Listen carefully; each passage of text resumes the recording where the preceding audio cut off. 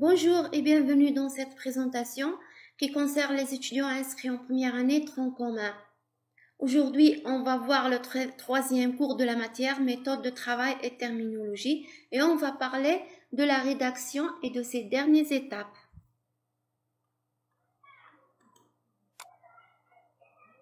Dans le cours précédent, on a entamé les 7 étapes pour rédiger clairement. On a parlé que premièrement, on doit avoir des objectifs et on doit connaître notre public cible. Puis, on doit faire la collecte et la sélection d'informations. Puis, on doit structurer ou bien faire une structuration du contenu. On doit préparer un brouillon, écrire un document brouillon. Aujourd'hui, on va voir l'étape de notre rédaction, la mise en page de notre texte rédigé, et puis la révision, relecture et correction de texte rédigé. La phase de la rédaction dépend du type de document que vous allez préparer, parce que pour chaque type, il y a un plan à suivre. Bon, on a par exemple ici exemple de document, thèse, mémoire, article scientifique, rapport de recherche, un compte rendu par exemple. Le plan à suivre généralement ou bien le plus connu dans le cas des étudiants à l'université est celui IMRAD qui représente introduction, matériel et méthode, résultats et discussion et conclusion. Donc, cette méthode ou bien ce plan, il est beaucoup plus suivi dans les mémoires, les thèses et les articles scientifiques lorsqu'ils sont de type Research Article or Original Article. Parce que Review Article peuvent avoir une autre forme parce qu'ils contiennent juste de la littérature. Prochainement, on va parler, ou bien dans les cours prochains, bien sûr, on va parler des articles scientifiques. Donc, selon le plan du travail ou bien le plan ou bien la méthode qu'on va suivre lorsqu'on écrit notre document, on va voir une rédaction qui lui est adéquate, non? À part ce plan, on a aussi l'information scientifique. L'information scientifique doit suffire aux objectifs tracés dans notre travail ou bien dans le document ou le texte à préparer. D'accord.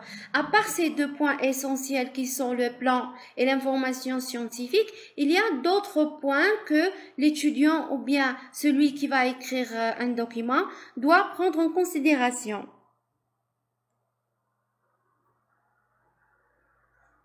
Donc, la rédaction des textes nécessite plusieurs points à vérifier. Il faut rédiger vos textes en veillant à être clairs et convivial pour votre public cible. Donc, on doit être très clair. Pour être clair, on doit suivre quelques étapes. Par exemple, premièrement, on doit construire des phrases courtes et logiques. Généralement, les phrases trop longues ne sont pas vraiment appréciées. Donc, il faut essayer d'être le plus court possible et donner l'information, le max d'informations dans le cours de phrase et être aussi logique. Il ne faut pas utiliser des phrases qui sont compliquées ou qui sont illogiques. Il faut aussi regrouper les idées en paragraphes cohérents et relier-les par des connecteurs logiques. Donc, par exemple, si j'écris un paragraphe, je ne dois pas utiliser ou bien écrire un paragraphe qui contient des phrases, que chaque phrase comporte des informations très loin de la phrase qui suit ou bien la phrase précédente. Le paragraphe doit comporter des phrases qui sont toutes reliées et veulent apporter une information précise qui concerne un domaine précis. Il faut éliminer aussi tout mot ou information inutile parce que lorsque le lecteur va lire le document, les informations, lorsqu'ils sont hors sujet ou bien ils sont inutiles ou bien ils parlent d'autres objectifs, vont lui faire sentir un peu ennuyant cela et il ne va plus avoir l'envie de continuer à lire. Il faut aussi choisir des formulations conviviales qui attirent l'attention du lecteur. Il faut utiliser une langue correcte, éviter les fautes de grammaire, d'orthographe, de ponctuation, etc. Donc, on voit ici que ce n'est pas seulement le plan tracé qui est important et ce n'est pas seulement l'information scientifique qui est importante, mais aussi la langue utilisée. La langue utilisée, elle doit être correcte. Ça est très important. Les paragraphes, le style des paragraphes, les informations inutiles ne doivent pas exister parce que tout cela va faire du travail un peu ennuyant et va faire que le lecteur ne veut plus lire.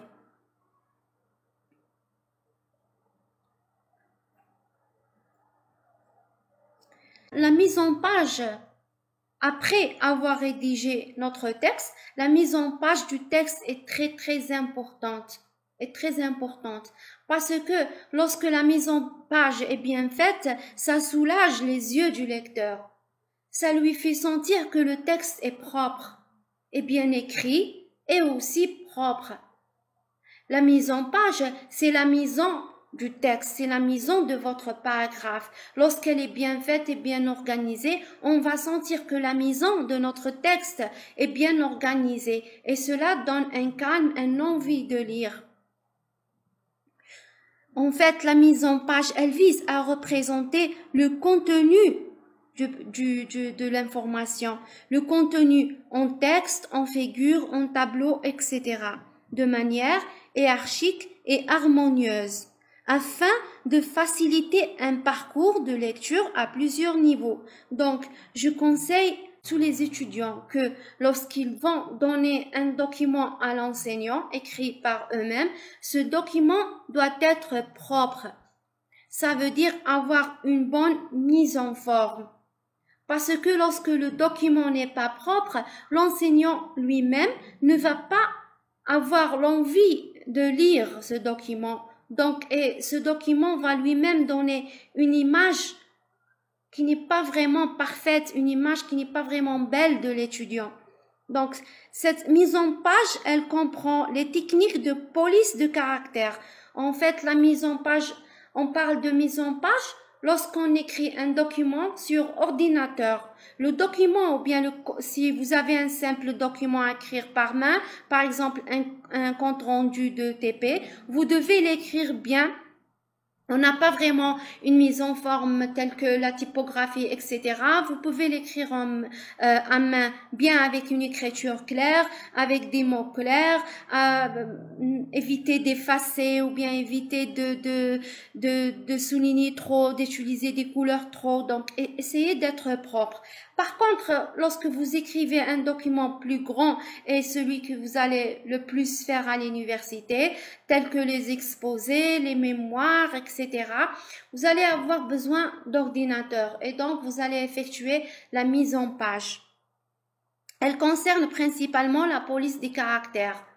C'est ce qu'on appelle la police des caractères. La police des caractères est ici. Bon, je crois que pour vous faire comprendre cela, je dois passer en forme normale pour vous donner des exemples. Donc, police des caractères. Par exemple, voyez que le PowerPoint, il ressemble un peu au fichier Word ici. Donc, on peut comprendre directement en utilisant ça. Police des caractères. On voit ici la taille. Par exemple, police de caractère, cela comme phrase, si on veut voir la taille de ces mots, c'est ici. Taille de police, elle est 24. Donc, la police des caractères de mon document, ou bien la police des caractères des mots, ou bien des paragraphes que j'écris, doit être claire et bien organisée. Donc, si je veux écrire par exemple, les grands titres comportent un police de caractère grand et les sous-titres comportent un police de caractère moins grand que celui des titres principaux. Donc, c'est ça ce que j'appelle police des caractères et titrage. On a un titre principal et un sous-titre. Le titre principal doit être écrit avec de grands, avec un police grand que je peux régler ici. Et les sous-titres peuvent avoir des polices moins grands que je peux régler ici aussi. Typographie. Voilà. La typographie, c'est le type d'écriture que je vais utiliser. Par exemple, ici, ce mot typographie, il est écrit avec Time New Roman. Donc, je peux utiliser d'autres types d'écriture et je peux les choisir ici.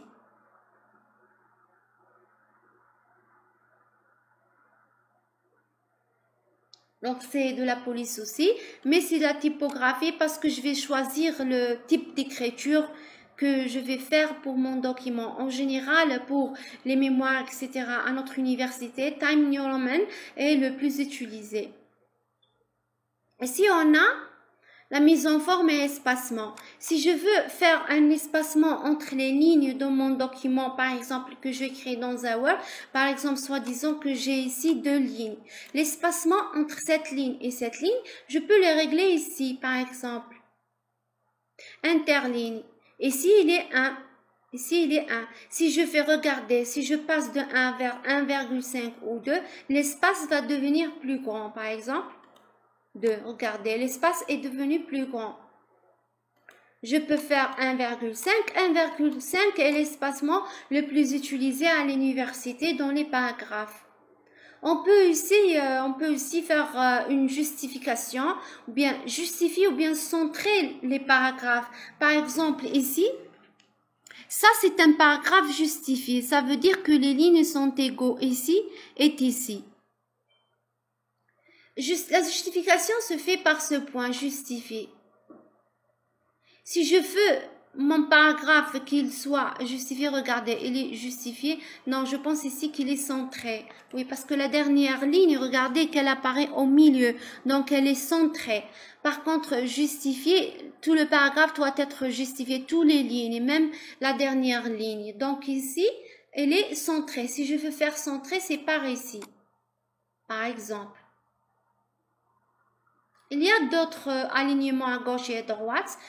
On peut faire celui qui nous arrange dans notre document, non? Pour la mise en page, on peut parler aussi des illustrations. Notre illustrations, bien sûr, on peut les créer.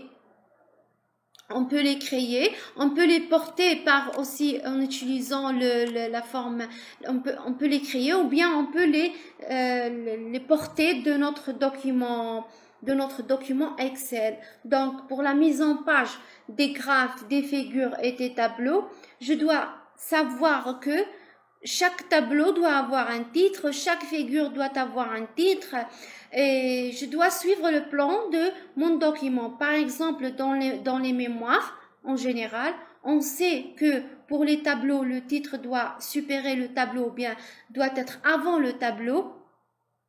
Alors que dans les figures, le titre doit être après la figure. Donc, je dois prendre en compte mes illustrations, comment écrire les titres des illustrations, comment les bien présenter, etc.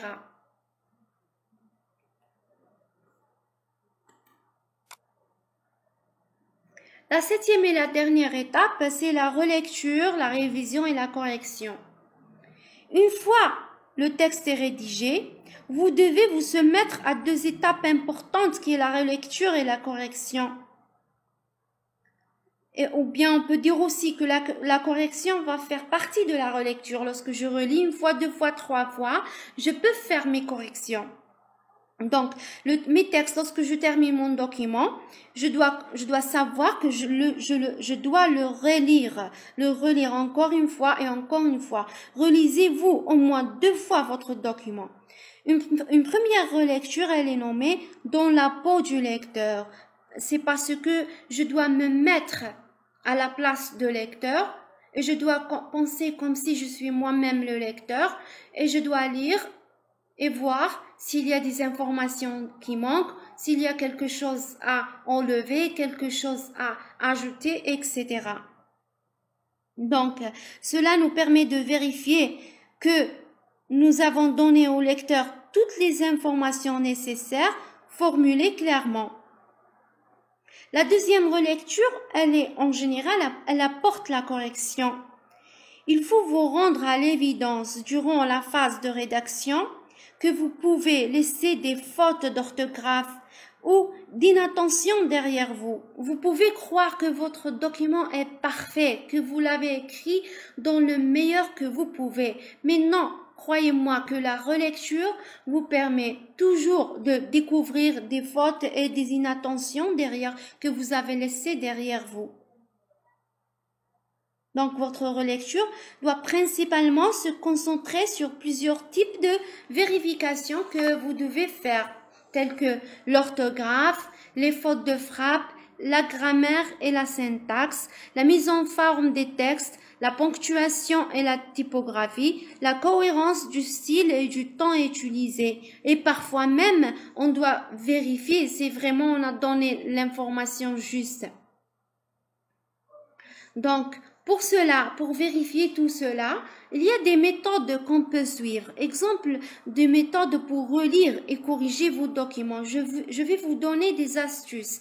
Ces astuces vous aident à revoir votre document d'une manière à découvrir les fautes que vous n'avez pas vues initialement. Donc, premièrement, vous pouvez transformer votre document en PDF ou casser la mise en forme que vous avez utilisée. Qu'est-ce que ça veut dire, casser la mise en forme? Ça veut dire, je modifie un peu l'écriture. Si elle est en 12, ma police, si elle est en 12, je peux la rendre en 14, etc. Pourquoi faire cela? Sachez que si vous avez vous-même écrit le texte, sachez que votre cerveau peut vous jouer des tours. En phase de relecture, il va se souvenir, notre cerveau, qu'est-ce qu'il va faire? Il va se souvenir visuellement de votre rédaction et du positionnement des mots sur votre page. Il se concentrera donc moins sur le fond, en se souvenant de la forme. Pour déjouer ce piège, vous pouvez casser votre mise en page en modifiant la taille de police de votre document. Sous Word, par exemple, les mots vont ainsi changer de place et cette méthode vous aidera à repérer plus facilement la moindre faute. Aussi bien la modification du texte ou bien du document de Word vers PDF, le PDF va donner une autre vue du document.